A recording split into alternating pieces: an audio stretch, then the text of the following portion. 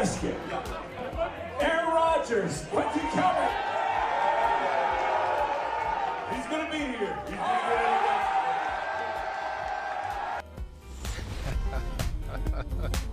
That was Friday night at WFAN event. Boomer Esiason with the question for Jets GM Joe Douglas. Aaron Rodgers, I got to ask you. And Joe Douglas says he's going to be here. Now, I have seen some folks in the New York media that cover the Jets try to walk that back, possibly at the request of the Jets. Well, it was just a lighthearted event. Well, it was this. Well, it was that. Well, it was the GM of the team saying 4 words. He's going to be here.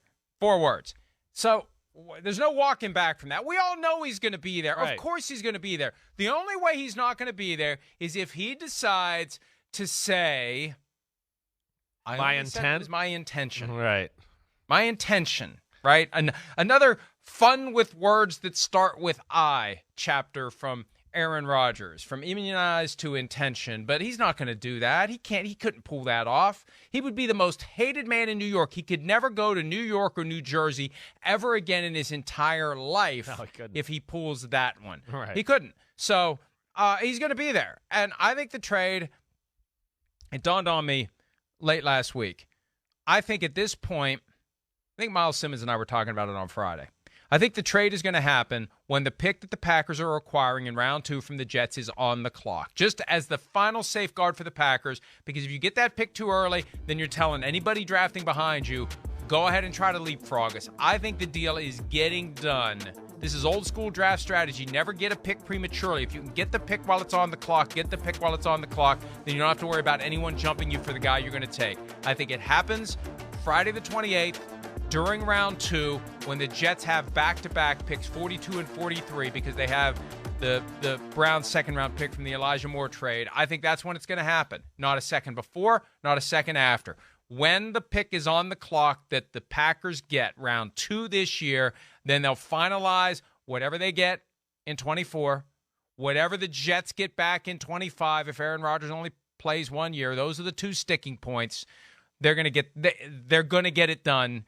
And Aaron Rodgers will be a Jet. And at this point, the only small, thin chance is Aaron Rodgers going back on what he said a month ago. And there's been nothing to suggest he's having second thoughts. If that was ever going to happen, at some point in the last 4 weeks, we would have heard something to suggest, not so fast. This is taking too long. You know, Aaron Rodgers was ready to go, but the Packers and the Jets can't get this worked out. Aaron may have second thoughts. There's been nothing to that effect, which tells me nothing is going to change it. He will be a Jet, probably, possibly, most likely on the 28th of April. Yeah, I mean, I think it's inevitable. I do. I mean, I don't think he took all that time prior to all this to figure out what he's going to do to then go back on it a few weeks later after he's let the cat out of the bag where his intent is to play. Like you said, I mean, it would be the most horrible self-inflicted PR move in the history of the NFL if he does do that, right? I mean, I think we all know there's just minor details getting done or figured out here.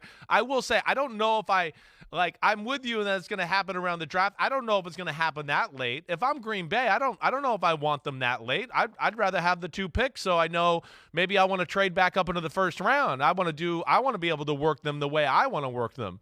So that's where I would just maybe throw a little challenge to your theory as far as if I'm the GM of Green Bay, I want those 2 picks in my hand in case I want to make moves to maybe get up late in the first round or do that.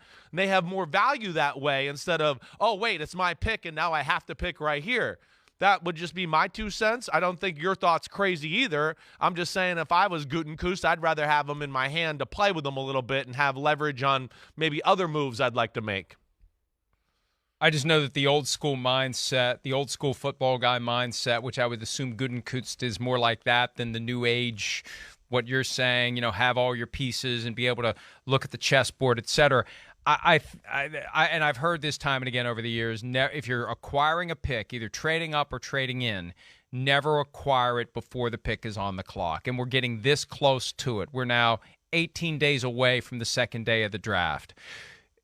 The best time to do it is then. And now look, if you're drafting behind the Jets, who have those back-to-back second-round picks, and you're thinking, I think it's already sensible to wonder what the Packers would want there. Just assume the Packers are going to get one of those picks. What difference does it make? Yeah. That would be the argument against waiting. Right.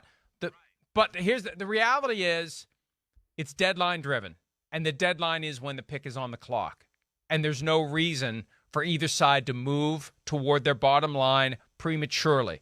They're going to both land the plane at the same time as to what their bottom line is and get a deal done. That's where that deadline, the clock ticking toward the exercise of that pick, forces them to do it then. Because if you do it too early, and there's been too much acrimony in this negotiation, if you move toward your bottom line too early, one side's going to try to pull the other one away from what their bottom line is. That's why the deadline works. So we can say with a very high degree of certainty, recognizing only the very small percentage chance that Aaron Rodgers plays fun with I words and reneges on his intention to play for the Jets. That's the only thing that's going to keep it from happening. It will get done. The Packers will trade him to the Jets at some point unless Aaron Rodgers changes his mind, which is highly unlikely. We don't get to see what may happen with OBJ. And hey, maybe Aaron Rodgers says, OBJ was on my wish list. You didn't get him. I've changed my intention. I'm kidding. But OBJ clearly was on the wish list, not the demand list, the wish list from Odell Beckham Jr. And I don't know, maybe they were confident they were going to bring him in and work something out. Does that really undermine things in New York? Because I think it would have been an even more crowded house than it currently is at the skill positions. Hi, it's Mike Florio. Thanks for watching PFT on YouTube. Hit subscribe for the latest news and analysis from Pro Football Talk.